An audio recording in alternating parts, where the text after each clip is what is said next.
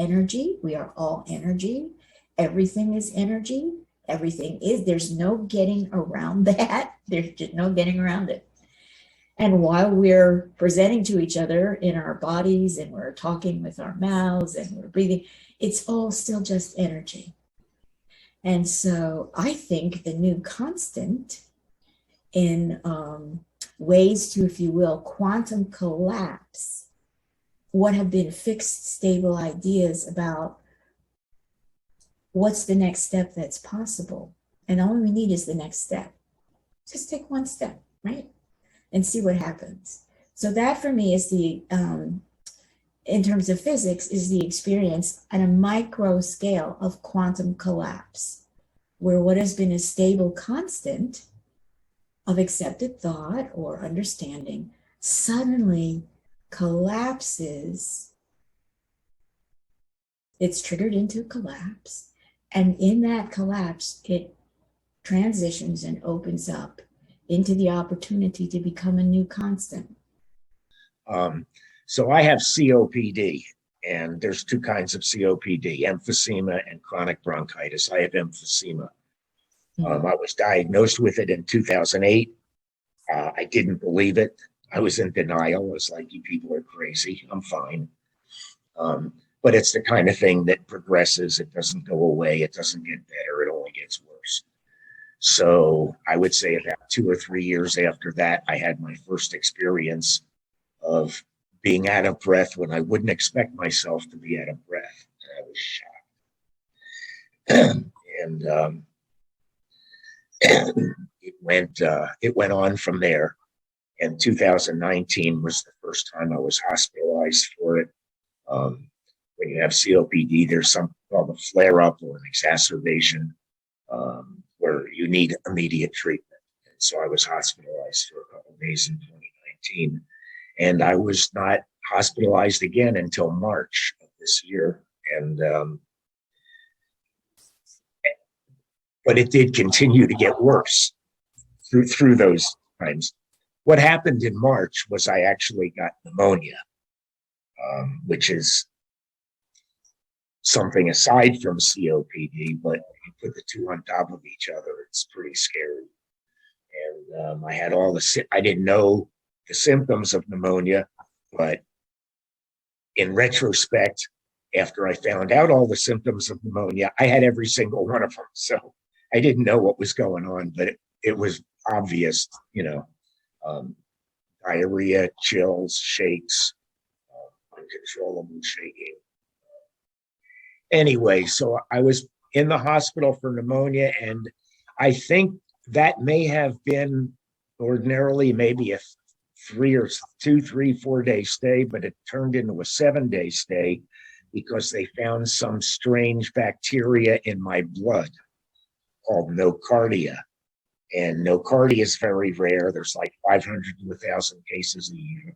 So they were trying to treat that. They were trying to pin down what type of nocardia it was. And they shifted the diagnosis to nocardial pneumonia.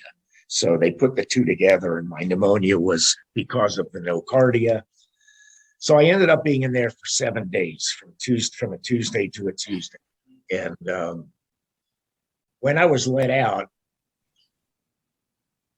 it had really taken, I really wanted to go home, but once I got home, it was like, it had taken so much out of me. I was weak. I was still very short of breath. I've been on oxygen since 2019, but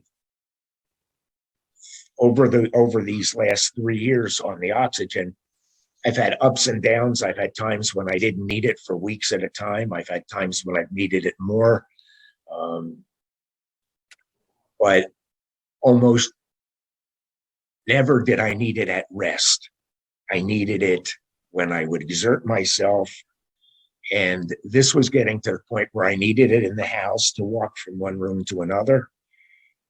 It was definitely going in a direction. It was not a couple of bad days. It was like really taking a turn. And I found myself using it when I slept at night. I found myself using it when I was sitting in my chair in the living room. And I also had my pulmonologist before, actually, this was before all of this happened. This was March 16th. My pulmonologist told me I had 12 to 18 months to live because my COPD was in stage 4, which is called end stage COPD. And when I was in the hospital, another cardiologist confirmed that. So I had pulmonologists. I had 2 pulmonologists telling me, you've got a year to a year and a half. So part of me didn't believe it, because the same way I didn't believe when they told me I had COPD, it's just a denial. It's like, there's no way I'm going to die in a year and a half. Anyway, so, it continued to get worse. And after the hospital, I had follow-up appointments with my primary doctor, with pulmonologists from the hospital, with infectious disease doctors from the hospital. I was seeing so many doctors. My primary is another one, and they were all prescribing different things for me. But shortly after I came out of the hospital, Anais introduced the idea of this to me. If I remember correctly, what she said was, it was information water. And it's like, that meant absolutely nothing to me.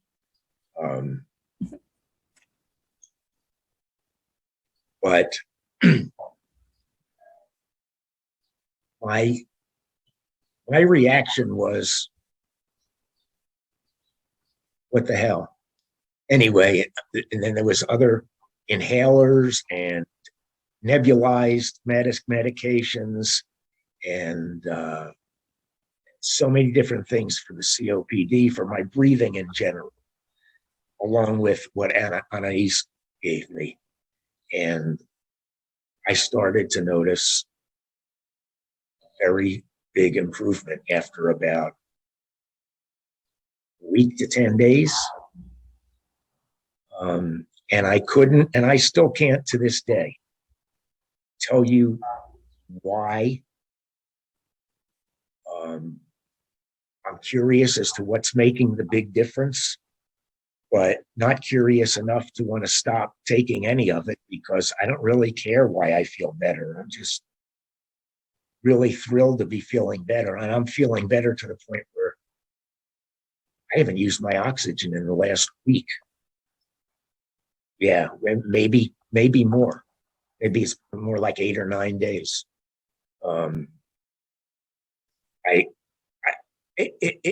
It's night and day. It's dramatic. It's undeniable. It can't hurt.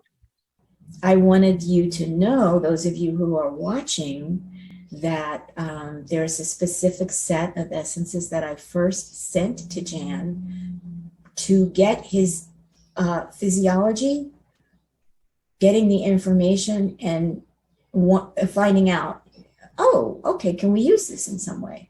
All right. And then him being aware, because of how he felt, that his body had chosen to use the information in the same way that it chooses the information to use in his medications. Your body accepts the information and works with it. Okay. Then I sent him a different set of my source solutions, and he began to take those internally as drops for people to understand that I have some basic operating principles. One is do no harm. The second is I do not treat. Third is I do not cure. Okay, so as long as we understand that, I should not have any knocks on my door from the FDA, because science today isn't quite wouldn't understand what it is that I do and how that I do it. It doesn't matter if we get the results, does it? Hell, I don't understand. Why should you?